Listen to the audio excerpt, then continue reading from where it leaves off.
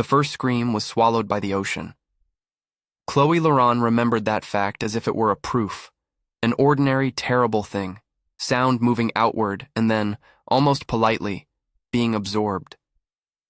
The seaplane had been clipping low over the reef when a woman from another seat made a strangled sound, somewhere between laughter and alarm, and the island took it without comment.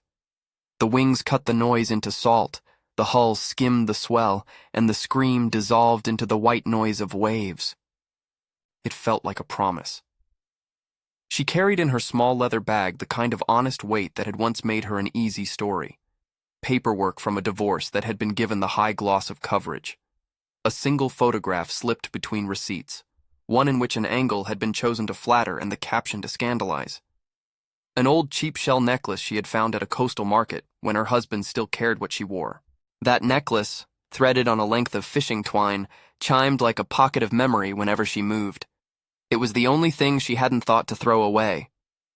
Chloe had come because of that hunger for disappearance that follows a life spent in glare. She had been a public figure, weddings, launches, faces against velvet ropes. She had learned to count the cameras like teeth.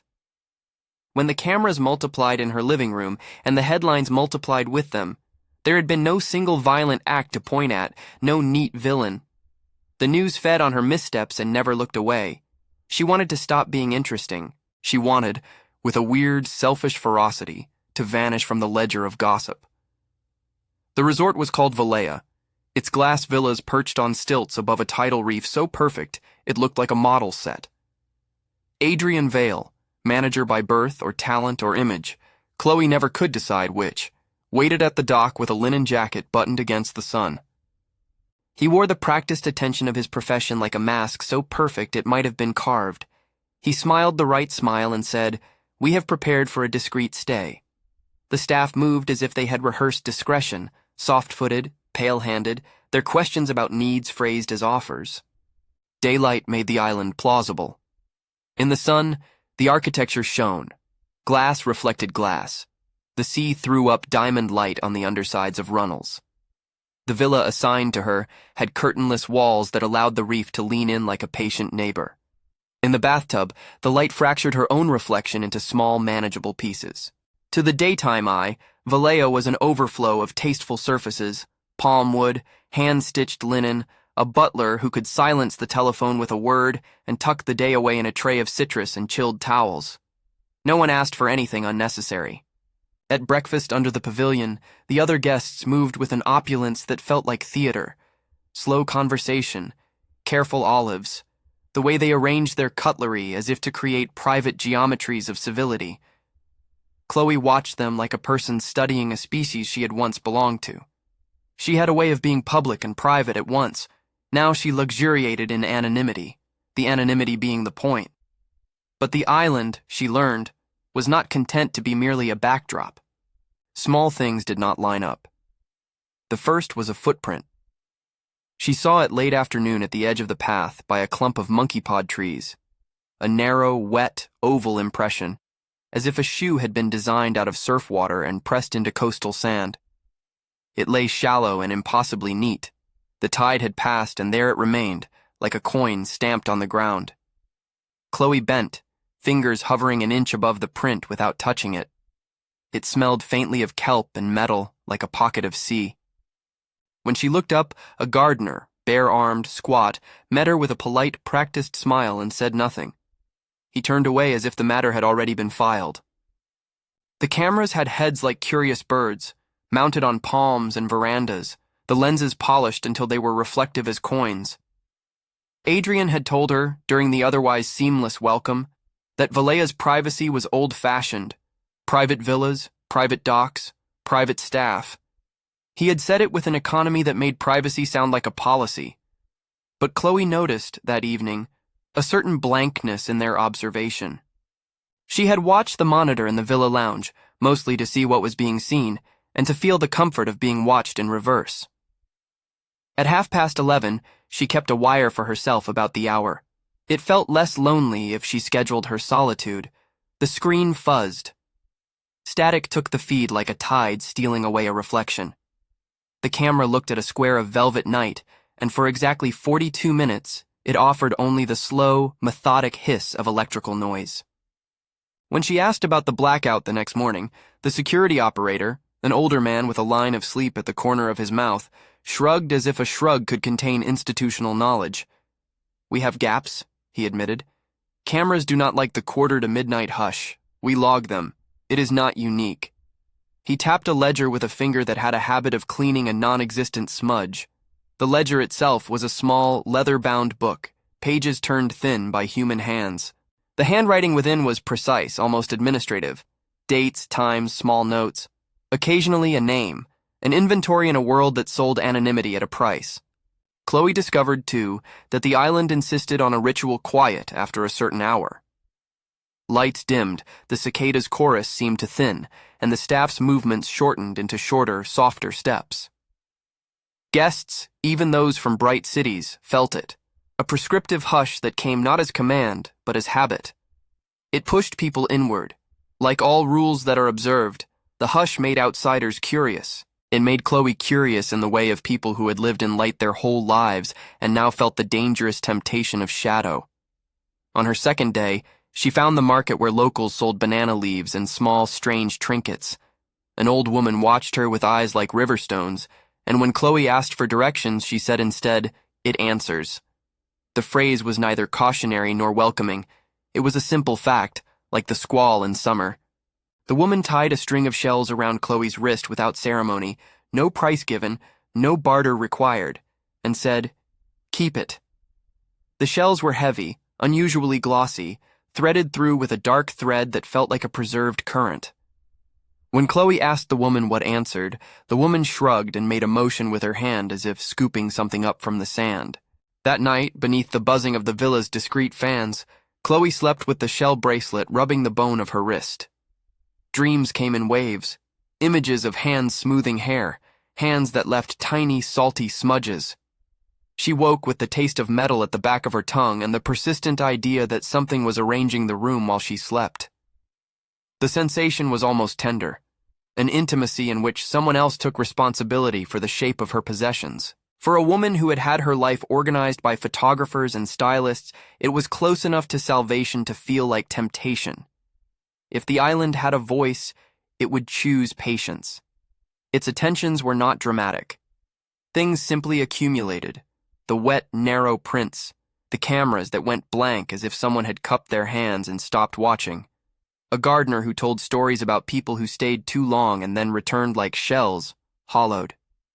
Adrian, when she pressed him gently during a lunch of citrus and cold fish, acknowledged the oddities with the professional nonchalance of someone paid to make edges smooth. "We are a place of discretion," he said.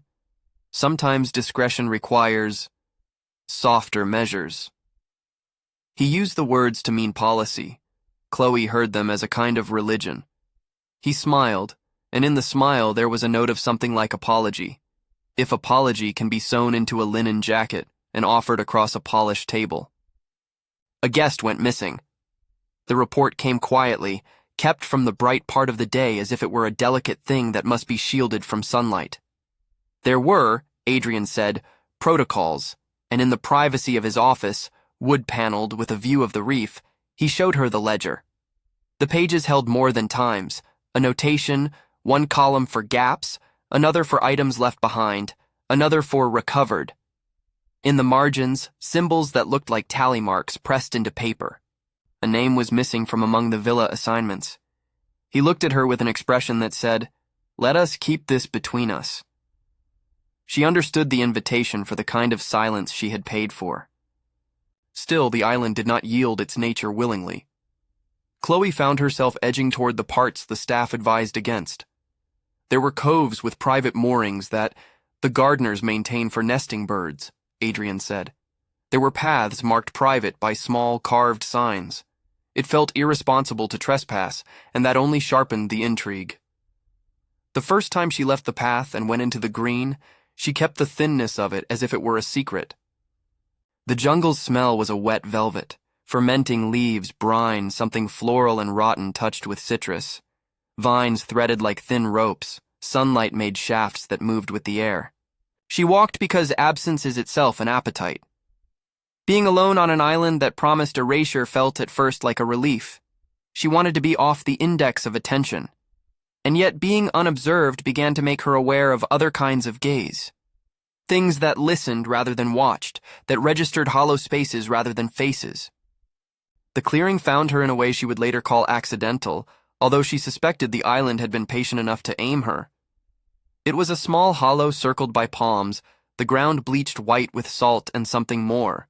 A scattering of bleached fragments that at first looked like coral and then, when she bent closer, resolved into the curvature of ribs, slender vertebrae, shards that fit together with the clinical geometry of a dealer's display. Bones were arranged in patterns, small, deliberately, the way someone sets out heirlooms. They were clean, white as teeth, dry as driftwood.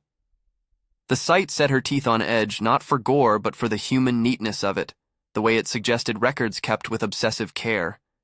At the center of the clearing lay a shallow bowl made of woven leaves. Within it, amongst sand and powdered shell, an object in the size of a seed rested, pale, smooth, and perfectly round. Chloe thought of the old woman's string of shells and of the way the island arranged spare things into meaningful displays. Her skin prickled. She felt suddenly the internal pressure of being looked at, not by lenses but by something with older attention. "You are hollow," a voice said. It wasn't a voice the way a person speaks. It was an articulation of things. It came through the leaves, through the crunch underfoot, as if the hollow itself formed vowels. Chloe's first response was disbelief. She knew to be wary of the part of her that wanted to be read as an object story. Hollow. She thought of the divorce papers in her bag, the photograph with its cruel angles, the way a life could be summarized by ink. Hollow. "Who is there?" she asked aloud, because being alone and being addressed by a non-human attention made her rage at her own need for rationality. "We answer," the voice said, and if asked to characterize itself, it would say, "We are patient." There was an odd mixture in the sound, a chorus, like small things rasping together, a low undertone that made the air thicken. Chloe's first instinct was to leave. She took 3 steps back, and the hollow seemed to lean forward. It offered terms as if offering tea. "You are unobserved here," it said. "You will be held." The proposition was simple and terrible. It read like the kind of mercy that had a ledger. In exchange for being carried away from the lights, she must provide a vessel. It didn't use the word vessel, as a villain might. It said carrier, host, keeper. "You would have silence," the island said, and something that resembled tenderness. Chloe felt a laugh rise in her, brittle and unhelpful. "I have learned to make headlines," she said. "I am not afraid of being alone." The sentence was true in its technicalities. She was not afraid of solitude. She was afraid of exposure. She swallowed. The seed in the bowl seemed to pulse faintly with an internal wetness, as if it kept time with some distant tide. The island's voice did not cajole. It suggested, pressed, and waited like a tide. For a moment Chloe imagined a man. The island, composing itself from her memories, would feed her the shape she wanted most, something comprehensible to hold. She could picture the perfect man, the sort the tabloids invented. Kind jawline, steady hands, a domestic tenderness that arranged her life into polite order. In the dreaming, he folded towels with a certain care. He dried her hair with a newspaper's exacting gentleness. The island gave nothing, yet in the small theater of her desires, she began to see him. This imagining was not innocence. She knew why the hallucination had a face and posture and habits. She had been trained to recognize intimacy as an advertisement. There, in the clearing, with the bowl at her feet, her longing supplied details like an accomplice. He had a laugh that smelled of lemons, hands that smelled of wet wood, eyes that reflected the reef's flat blue. He wound a towel across her shoulders as if rewinding a film. He called her by her name in a tone calibrated to make confession seem safe. But the island's attentions came with telltales. Even in the image supplied by her hunger, the man was not entirely human. His joints seemed to catch the air in wrong arcs when she imagined him moving. His skin carried a wet sheen that never quite dried. When he spoke, the sound layered like a chorus. Her husband's voice, a stranger's low breath, something like the chorus in a shell. His grin left salt in the corners of her mouth, and his feet, when he turned, left narrow oval prints that did not fade with tide. The romanticization could not fully erase the wrongness. Chloe did something she had not done in a long time. She conceded the charm of it. To be held, even by an uncouth kind of creature, was a temptation.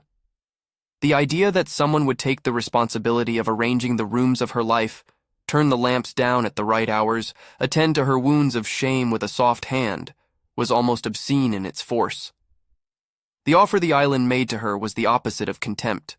It was an attentiveness that promised to rearrange attention itself. When she pushed back, saying, "I am not a container," insisting on the shape of herself that existed outside of being a mere receptacle, the island answered with patience.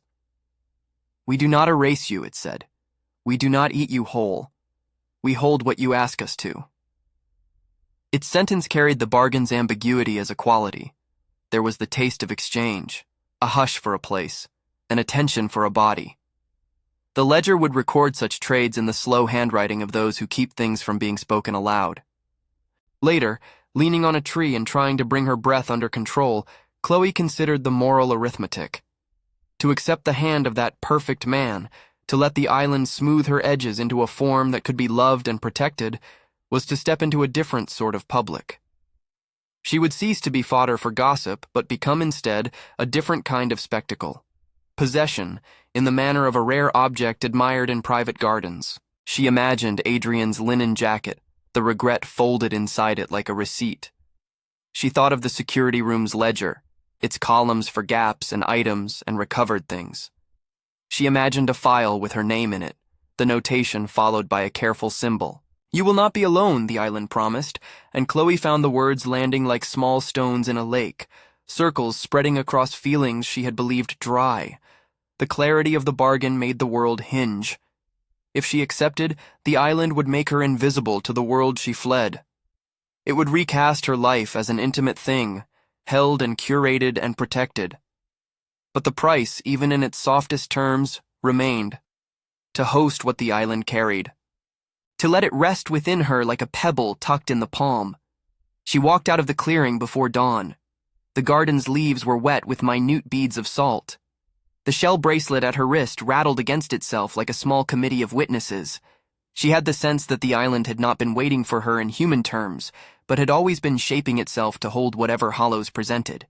The thought made her feel old and new at once. That desire had a market, and she had wandered, willingly or not, into its center. When she reached the villa, Adrian was waiting as if on cue.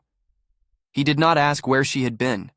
He offered tea and a newspaper folded with yesterday's trivial victory. "We understand the island takes care of people in different ways," he said. Small talk, clotted disguise. His eyes found the shell bracelet on her wrist and lingered there, not so much in concern as in recognition. He had seen such things before. He knew the appetite. He also knew the civility of keeping it tidy. There was no accusation in him. Only the soft gravity of someone who had negotiated a community's silence so many times, his voice had taken on its shape. At night, the cameras blanked again. The security operator called her once, in a voice that had been softened by the duty of discretion. "We logged your movement from Villa 3 to the jungle clearing. No one else was there." He said it like a clerk reciting a ledger entry. "We log all anomalies," he added. "We file them." He might as well have been reading from a prayer book. Chloe's nights became a series of half-listenings. The apartment, once full of televised noise, had narrowed to the sounds the island allowed. The hiss of the fan, the reef's latent breath, a near-constant underlying sound that could have been the sea or the memory of it. She found herself waking at the quarter to midnight, not from habit but from a need to check the cameras before they went blank. The monitors would hold for a few minutes, offering black and white images of palm silhouettes, and then, as if a person had closed a window, go quiet. She began to notice things in the morning, salt in the rim of her glass, a towel folded with the particular asymmetry of hands that had not been hers. Once, in the drawer where she kept things she no longer wanted to show the world, she found a small white object wrapped in tissue, a bone fragment, smoothed until it fit the shape of her palm. She did not recall leaving it there. Her first thought was of theft. Her second was a stranger's kindness. She put it back and wrapped it in cloth. When guests left, they did so with small, changed habits. A man who had arrived rude and loud, but with a perfect tan and a work portfolio left pale, words clipped, and avoided the sun. An elegant couple who had sunbathed by the pavilion returned to the jetway with their eyes rimmed red, as if they had been washed. In the staff room, whispers were not loud enough to cross the threshold of professional decorum. Adrian never lied. He simply omitted. Chloe's days developed a rhythm. On the surface, a retreat for the famous. Beneath, a slow engagement with the island's appetite. She began to watch herself in windows and reflections, as if to measure the degree to which she still existed as an image. Once, standing by the villa's glass, she saw on the other side the impression of a man spread across the pane, as if he had been standing there and had been erased. The glass was clear. There was no dryness to wipe. The impression was a wetness in the mind's eye, the way one retains the smell of something long gone. That was when the romance, if it could be called that, began to entangle itself properly with dread. The island's attentions took on gestures that mimicked intimacy. A towel would be folded in a way she preferred. A pitcher of water would be chilled to the temperature that softened her throat. When she left the villa to walk at dusk, she would sometimes find the narrow prints at the margin of the path, arranged as if someone had paced there waiting for her. In the print's presence, the air tightened. She could feel for a second the weight of someone's attention. The perfect man the island supplied in her mind became more tactile, not just a figure, but a choreography that anticipated her needs, an understanding of favorite temperatures, a preference for jasmine, the exact pressure required when massaging a tight spot between her shoulder blades. He performed gentle homekeeping crafts she remembered from better marriages or imagined from them. Mending a sock, steaming a blouse, smoothing a curl, yet every tenderness carried a wrongness. His hands left salt around the collar of her shirt. When he laughed in the half-formed way the island coaxed up for her, the laugh had an echo the size of a shell. At night, Chloe would wake and, for a moment, think he sat at the foot of the bed, the sound of surf in his chest. But there would be no weight on the mattress. The reality of his absence made the dream tenderness seem like the most dangerous kind of mercy. Easy to rely on, impossible to trust. One evening she found Adrian on the veranda, looking out past the villas where the tide had made its slow geometry. He was not smiling. He said softly, "There's a ledger we keep among ourselves. It is not meant to frighten guests." "It is," he added, in a tone that made the sentence a confession, a necessary geography. He traced the lines of the ledger with his finger, as if reading an old map. "We make a choice," he said. "We choose discretion because the island does not tolerate spectacle. The island tolerates care." Chloe thought of ledger entries as metaphors until she saw a physical ledger herself. Adrian produced it, an object of ordinary leather with faint salt stains along the edges. Inside, neat columns recorded arrivals and departures, notations about the sort of gaps that made the security operator's voice go thin. Each entry had a small symbol, a circle, a dash, a cross. There were notes in a hand that bent letters like small waves. She read a name and felt a prickle at the base of her skull. The ledger did not shout. It catalogued. It was a register for the island's appetite. Later that week, at the breakfast pavilion, a waiter placed on her table a folded note. Adrian had sent it. The handwriting was his, neat and unobtrusive. It said only, "Take care." In the margins, a small sketch, a narrow oval. The island does not hurry, she thought. It is patient because it can afford to be. The offer it made was not a feverish seduction, but a sustained pressure applied incrementally. A lover who had time could make anyone want to speak.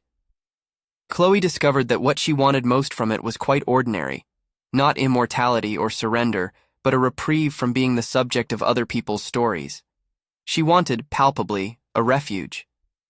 When she returned to the clearing, it was at dusk, as soft air made the leaves flatten into a kind of attention. The bowl lay where it had been, the seed inside gleaming faintly like a tooth. The bone arrangement looked different in evening light. The shadows lengthened into a geometry that made the setting feel less like a shrine and more like a room arranged to receive guests. Chloe sat on the rim of the shallow hollow and felt the sea breathe against her scalp. Months of being in view had trained her to love rituals. Here, the island offered a ritual of being known. "You have been noticed," it said, and its voice was precise. Not the same as being seen by cameras, she thought. Those mechanical eyes with lids at midnight. This was a noticing that knew the interior architecture of longing. It said, "You prefer to be unremarked upon." It made a small, almost courtesan's bow. It would, if she allowed it, craft for her a man who would be able to do the particular acts of charity that mattered to her shame, someone who would fold back the edges of public stories and arrange them so she could breathe. It offered a kind of domestic salvation, and in the offer lay the romance the title promised, the socialite falling in love with a man who was perfect in all the ways she needed. But the man the island furnished was a collage. When Chloe first saw him in the shadow by the clearing's rim, he seemed at once familiar and wrong. He moved like a current tied into the human shape. His shoulders were too narrow. His fingers ended in thin, tapered nails that suggested fins rather than fingers. His skin caught the light and never quite dried. When he smiled, the sound was layered with something like a chorus. He folded his hands in a way that resembled an apology. He didn't speak at first. He approached as if in a dance that Chloe recognized because it repeated the old choreography of care. He offered a towel, which he had wrung from air rather than cloth. He made it seem necessary that she accept. His eyes, when she let herself study them, were too still, like water in an abandoned vase. There was a gentleness about his gestures, yet when he turned, the light caught the odd angles of his elbow, and a faint clinking sound she could not place followed him, like small shells slipping. Chloe felt the old mechanisms of intimacy begin to function. Her shame, her need, her hunger for silence all arranged themselves into a shape of consent that felt like surrender but had the brittle edge of calculation. She knew the theater of it. She had the whole life of stages behind her. Yet the island's demonstration of gentleness was persuasive. It smoothed. It folded towels like a lover who had learned the ache behind her chest and sought to press it flat. When they stood close enough that the smell of kelp and lemon threaded into her thought, she felt the boundary between human and other shift.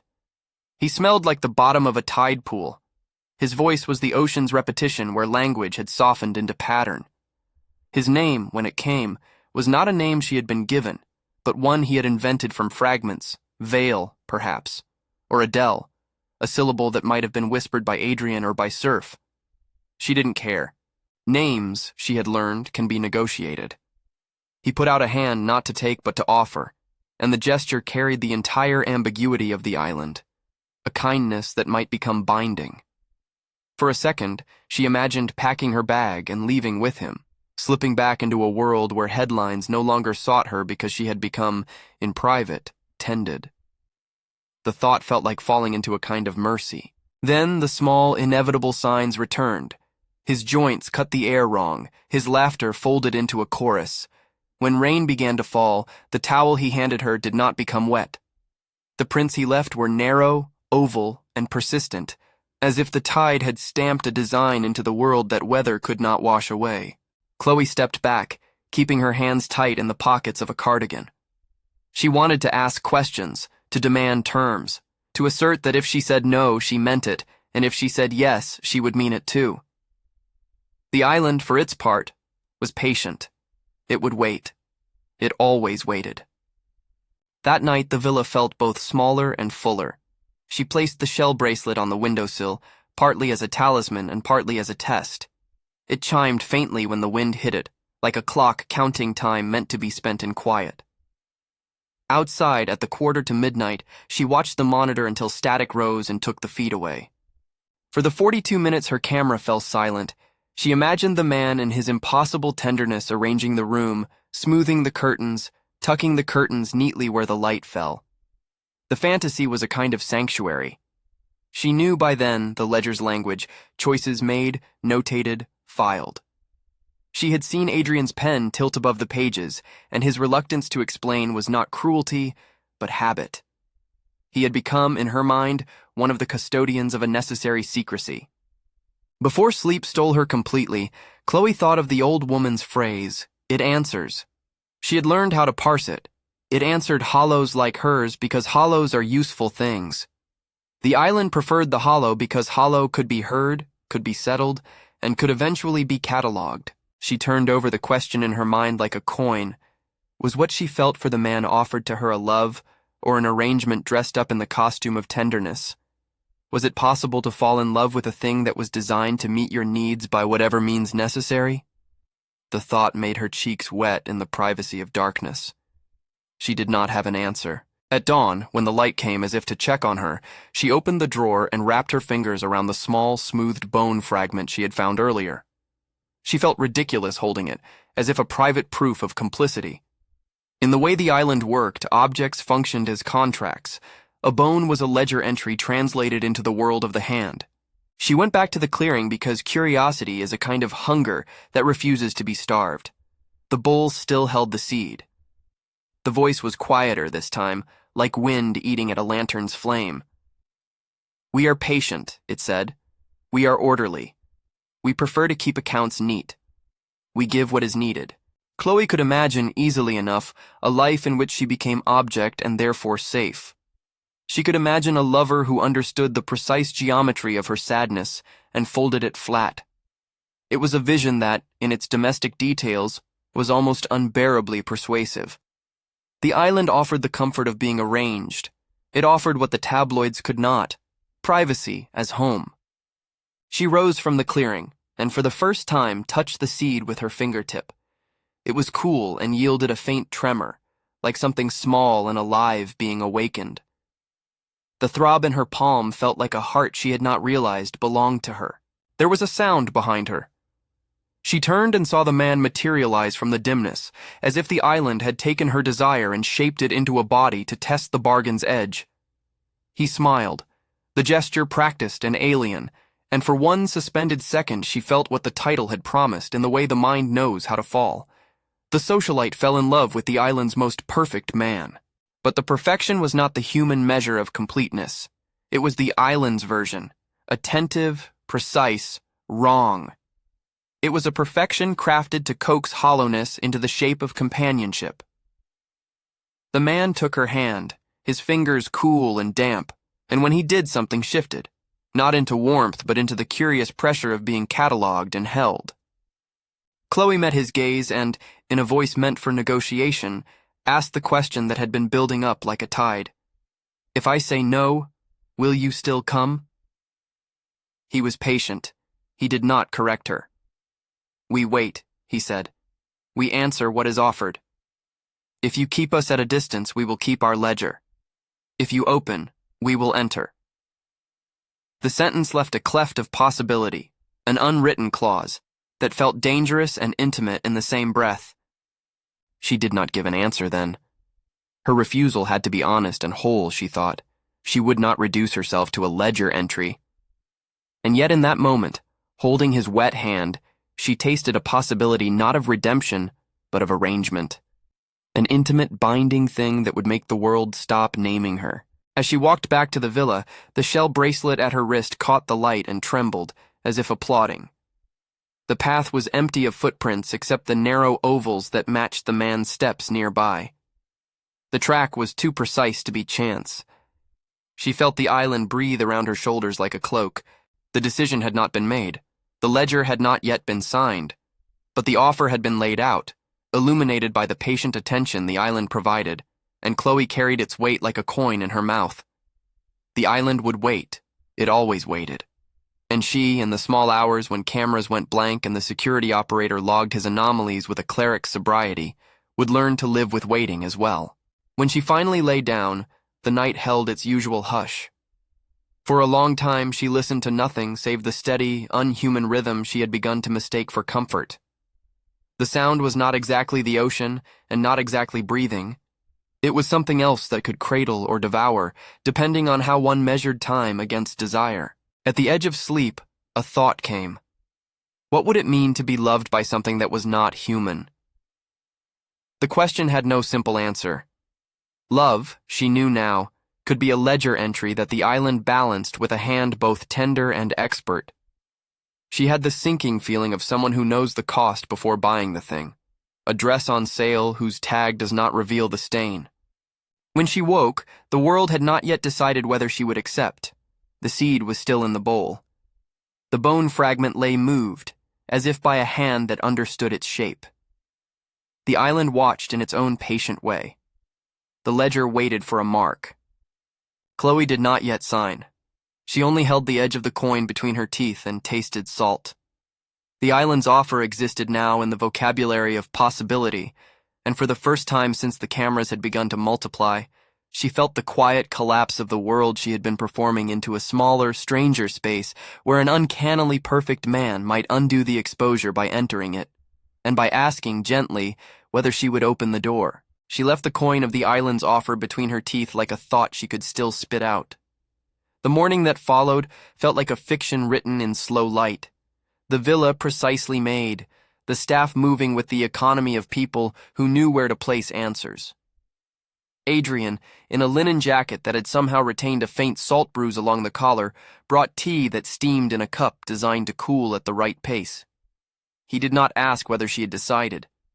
He handed her a napkin folded twice and said, as if lecturing a guest, "There is no hurry.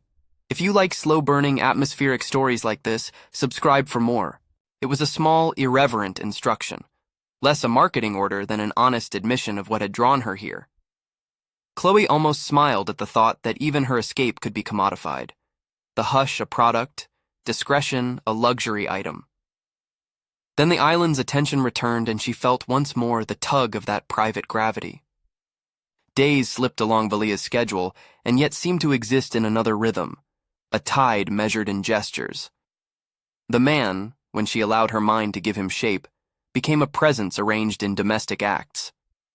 He did not come in a rush. He came by anticipating, as if he had memorized the cartography of her small needs. Towels folded with the particular crease she liked. The tea warmed to her lips as if someone had tested it against the exact temperature of her comfort. A lamp would be left in the hallway with a bulb that cast the kind of yellow that made cameras look kind. A slipper would be positioned as if to offer the illusion of a foot. Chloe tested and counted these things like a skeptic, marking the steps of a ritual. Once, when she rose with the odd memory of being watched while sleeping, she found in the bathroom a hairpin she had lost months ago. It lay on the sink, shinier than she remembered, the kind of small recovery that might have come from a careless maid. She wanted to call it theft. She wanted to call it gift. She did not call it anything. She tucked the pin between two cards in the drawer and found that those minutes of unknowing were a new kind of permission. Adrian was a respectable accomplice to the island. He never spoke in barbed or literal sentences. When she asked him directly, during a lunch that tasted like citrus and cautious confessions, whether a guest might return different, he said, "We are custodians of privacy. That is our job." His voice folded the sentence into a policy. He shifted topics like a tender person sweeping crumbs off a table rather than confronting a spill. His face, when she watched him alone at the dock, showed a fatigue that matched the sea. Weathered patience, guilt that had been ironed flat by repetition. He kept the ledger because there was a ledger to keep. He protected the anonymity she sought because it had become the currency of his business. He did not, Chloe understood, see himself as villain. He saw himself as a manager of economies in which people paid to be unseen. The ledger, however, was not an economic abstraction to Chloe any longer. She had touched Adrian's pages. She had traced names written in a hand that made letters into water. She had felt the ledger's edges, the salt stains an index to human decisions. The island kept accounts with gestures more precise than a pen. Bone fragments tucked away like receipts, narrow prints catalogued in memory, the blackouts of cameras noted in the margins. To be recorded, there was not to be condemned, but to be acknowledged in a registry that could never be argued with because it was not public. As the days lengthened, the island's attentions deepened in ways she had not anticipated. The man began to appear in places that made domestic sense, by the stairwell when she decided to descend, at the kitchen when she wanted bread, near the veranda when the light was soft enough to make confession possible. Sometimes she would find his hands in an imagined act, folding a shirt she had set aside for a meeting she had canceled, smoothing the photograph she kept in the top bureau so that the angle that had once scandalized her looked less cruel. It was the small wrongnesses that worried her most. When she caught sight of him in the glass one afternoon, he was only a suggestion. She thought perhaps he had been an avoidance of her loneliness. But up close, the wrongness became insistently precise. His skin had that wet sheen that never dried entirely. A collarbone would glisten as if a tide had paused there. His joints cut the light in angles that did not feel wholly human. His hands sometimes made a movement, like palms shaping water. Words dropped from him, as if shaped by echo. A layered, harmonious quality that made simple sentences sound doubled and swelling. There were nights she let herself be taught by his ministrations. He would braid her hair with a patience that felt like contrition and then set aside the braid in a basket lined with leaves. He would arrange a night table with a glass and a candle placed where the light might soften the room for sleep. He would press a damp cloth to her temple after a bad dream, and his touch, cool, inexorable, often left behind a trace of kelp scent that she smelled for hours afterwards. Each act was a kind of mercantile exchange, a tenderness for a small possession, an arrangement for a secret. Chloe recorded privately notations in her mind. What she had been given, the manner of its delivery, the cost implied. The island's offerings were not promises of everlasting safety. They were an economy of care that required reciprocity in forms the ledger could understand. Her resistance did not wither at once. If anything, it hardened into a particular force. She practiced refusals like a language, a full surrender to being a host, an idea that implied the housing of something foreign in the architecture of her body, felt to her like erasure. She had fled the public ledger of gossip to avoid being translated into a narrative. She would not convert herself into a receptacle for an island's appetite simply to buy anonymity.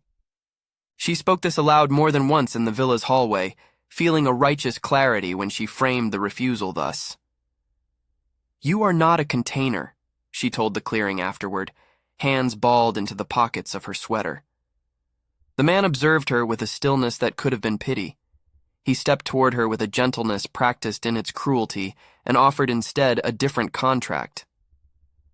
"We do not erase," he said, or perhaps it was the island using his shape to say it. "We hold, not inside you, but beside you." He did not use the ledger's language when it mattered. He tried, in his wrongness, to make the terms less final. Chloe wanted to imagine that she could keep both things, her autonomy and the island's attention. She negotiated in her head like a person bargaining for a ransom.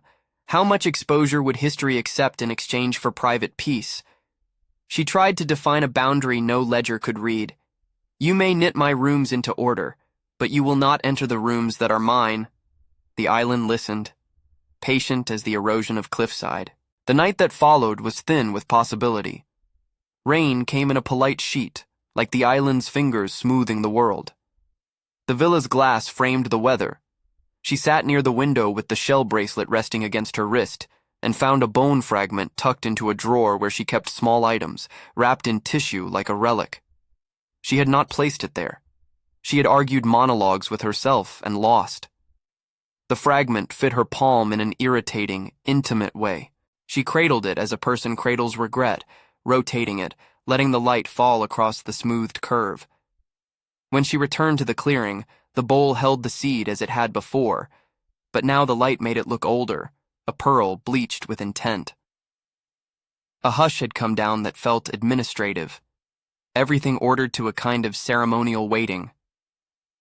The man stood in the dim, and for once Chloe's will and the island's patience met in a single taut line.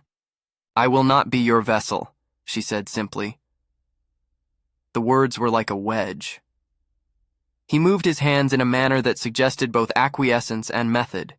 He took from the bowl the seed, and as he did so, it seemed to pulse like something with small interior tides. He placed the seed lightly on the pad of his palm and offered it to her not with the eagerness of a suitor, but with the calm of a clerk presenting an instrument. "Hold it," he suggested. "Keep it near." Or perhaps he said something else. Let it be with you.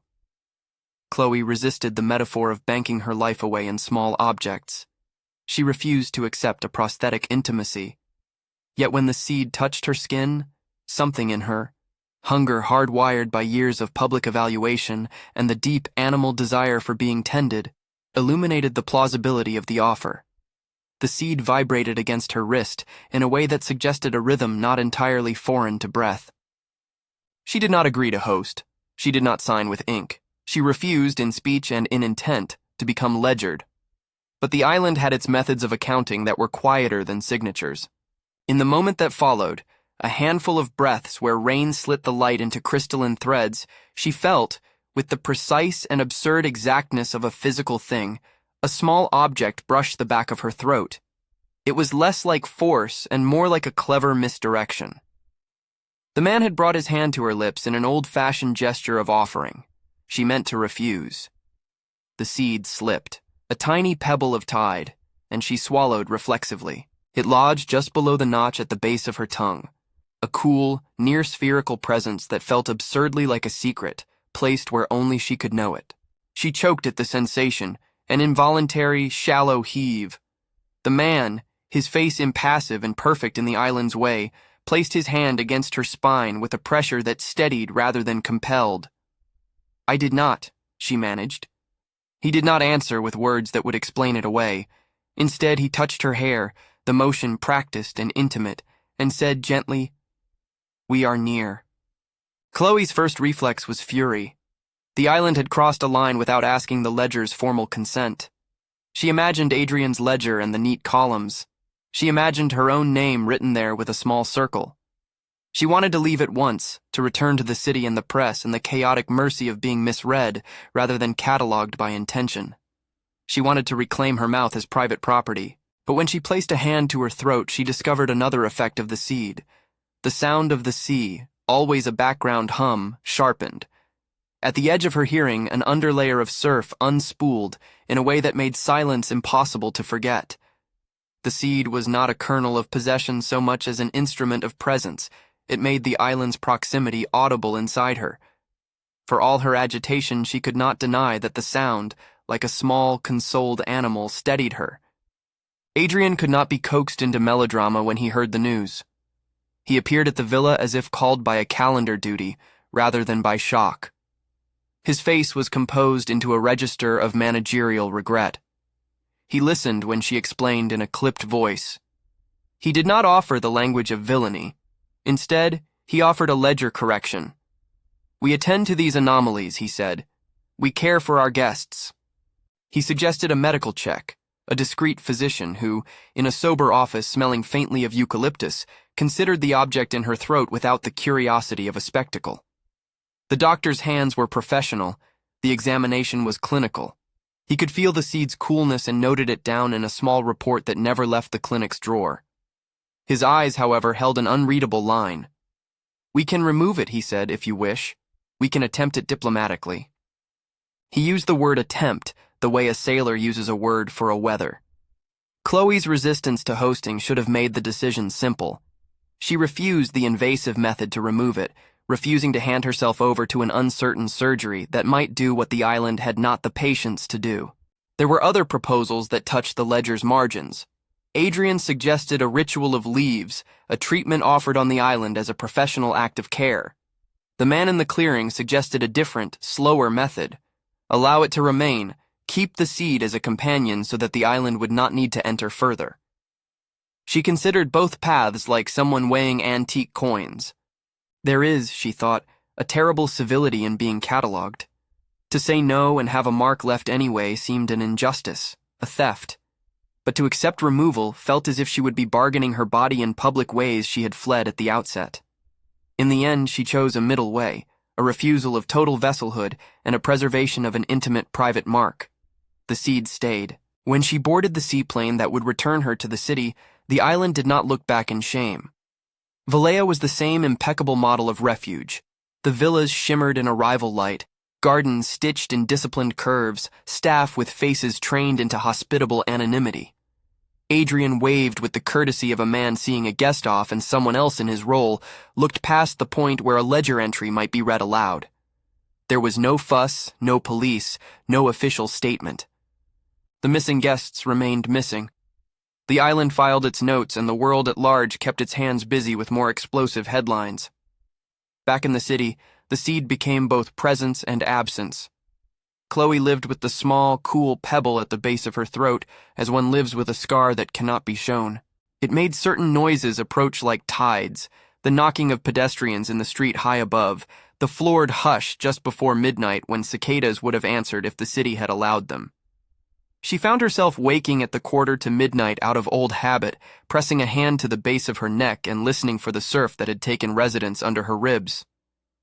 Sometimes the sound was clear as bone, small, patient waves. Sometimes it was only a thought, an echo of a time when another world had offered her a bargain. People noticed small differences. Her friends, kind enough to visit, mentioned that her perfume had altered. There was a brine against the rose, they said, as if the ocean had seeped into a bottle. Journalists, when she emerged to answer a cautious question about the travel, noticed the way her eyes avoided the lens. But for the most part, the world resumed its appetite for other stories. Chloe learned to wear the seed like a private jewel, visible to no one but herself, manifest only in the late-night surf that had become the background to her dreams. There were other traces. A bone fragment appeared in a drawer she kept locked for small things, a paper clip, a pressed receipt from a florist she had once dated, a photograph with a corner bent in the way that had once made a tabloid's edge. She had no memory of taking the fragment with her from the island. It arrived as if sent by a courier of tides. She wrapped it in linen and put it in the top drawer of her bureau, where it lay like an animal that had found shelter. Even in the city, the island was not entirely absent. Once, on a rainy afternoon, Chloe found on the small landing outside her kitchen a set of wet, narrow oval prints pressed into the concrete, as if something had paused there and then been lifted. They were impossibly neat and carried with them a scent she would come to know intimately, kelp and citrus and something like the memory of patient hands. When she followed them with her eyes, they led to the window where the glass reflected rain and sky.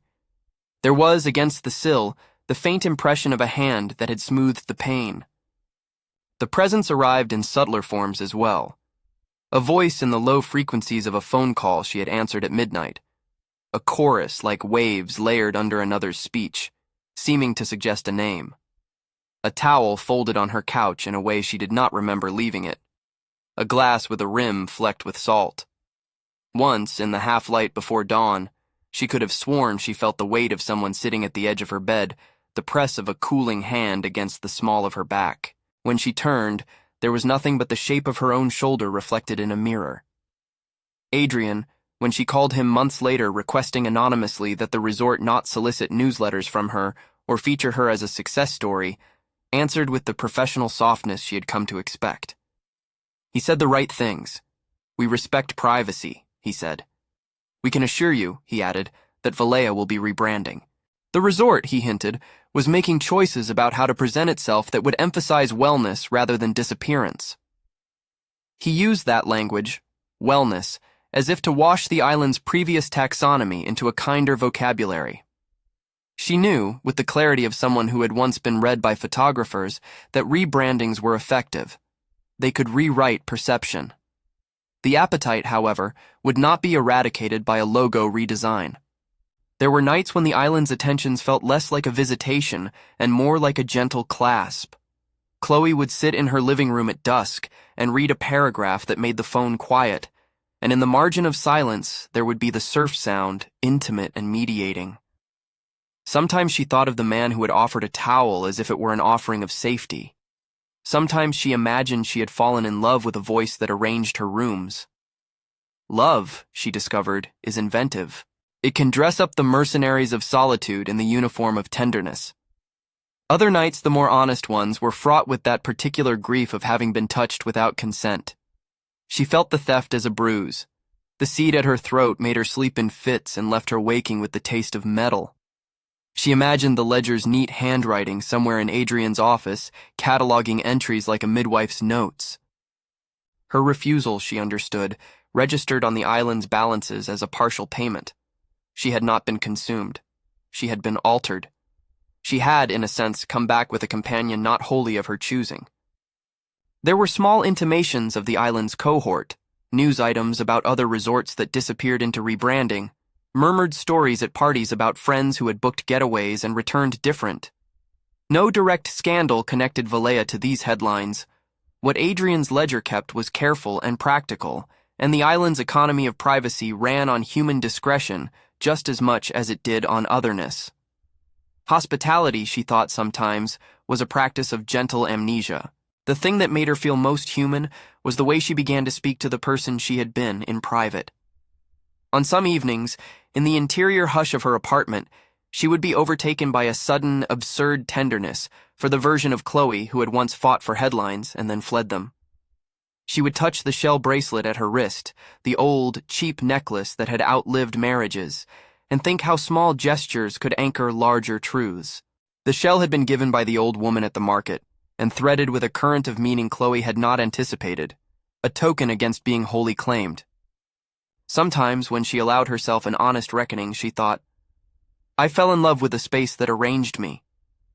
It was the island's perfection not in embodiment but in function. The man was perfect because he knew the precise seam where her exposure hurt and stitched it with tenderness. He was not human enough to be safe and not monstrous enough to be wholly banished. Love, under those circumstances, became a language of neededness. There were moments when the island asserted itself in more than domestic gestures. Once, walking through a gallery opening in the city, her public life attempting a cautious, professional return, she felt the wet oval prints at the edge of her vision, a line of water that threaded the hardwood and ended at her feet like a question. No one else noticed. She felt the seed at the base of her throat flutter with recognition, and a single sob rose in her chest that she swallowed with a public smile. Her cheeks burned, and she left the room with a borrowed calm. She never fully forgave the island for the seed's secret. She also never quite renounced the small, addictive relief that came when a towel folded in the shape she liked awaited her return. She did not break the shell bracelet.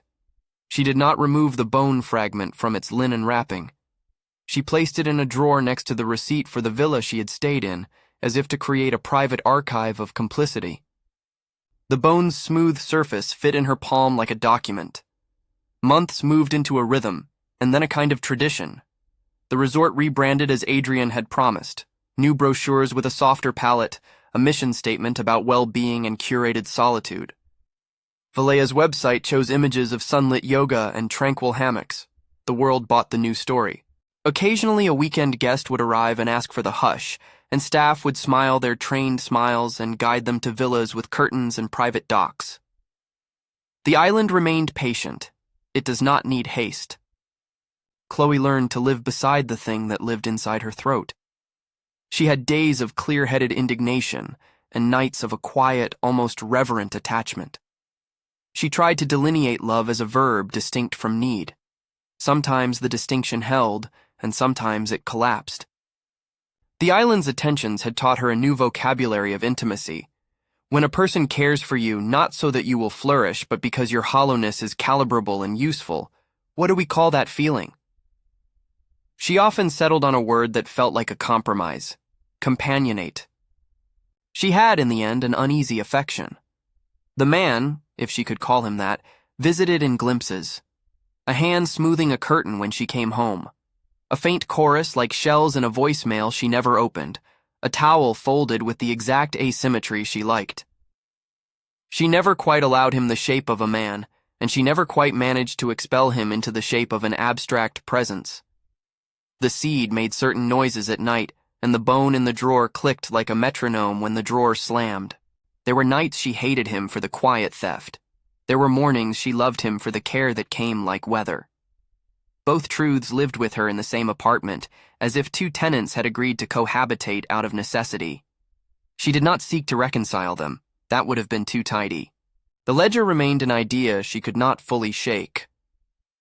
Once, late at night, she imagined Adrian's hand moving a pen as if signing receipts in a dim room. She pictured the security operator with sleep at the corner of his mouth, entering a notation about a gap at a precise time. The island's economy of privacy continued. It replaced the world with a quieter, persistent logic.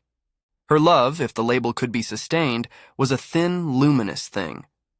It was love as method rather than myth, a series of small acts of arranging, a presence that arrived in ways that were both tender and improper. It demanded from her a particular art of living with ambiguity. She learned to accept the surf sound in the quiet hours as if it were a clock. Sometimes the waves would align, pushing their gentle insistence against the walls of the city, and she would let them have the night. Once, when the rooms were quiet and the city more hush than roar, she took out the bone fragment and held it up to the light. The object was ordinary, a smoothed curve, pale as a piece of driftwood. Yet when she turned it in her palm, she felt, as she had felt on the island, a precise pressure of memory. She thought of the cleared hollow and the bowl that had held a seed. She thought of her own refusal and the seed that had lodged below her tongue. She thought of the man whose joints cut the air wrong and who nonetheless had folded towels with a care that felt like confession. I fell in love, she told herself, though the truth was not simple. Love, here, had been a bargain of sorts. She had traded certain kinds of publicity for a quieter companion. She had refused to be a vessel and been marked nonetheless. She was left to manage the consequences without the altar of explanation. She did not tell this to anyone. What could she say that wouldn't sound like a confession or a diagnosis? How do you explain a seed placed in a throat without sounding either poetic or deranged? In the apartment, at the 1:45, she listened and learned the new geography of her interior. The surf that swelled inside her was sometimes comfort, sometimes a reminder of the cost. On the bedside table, a small shell bracelet lay like a talisman. In the drawer, wrapped in white linen, the bone fragment slept like a registered thing. On certain nights she rose and opened the drawer and felt the smoothness against her palm, just to remember that some bargains come marked, and that other marks are negotiated silently with those who keep ledgers. She knew the island would always wait. It was patient as erosion. It could afford to take its time. There would be other guests who sought what she had sought. Disappearance, hush, the craft of being arranged into gentler shapes.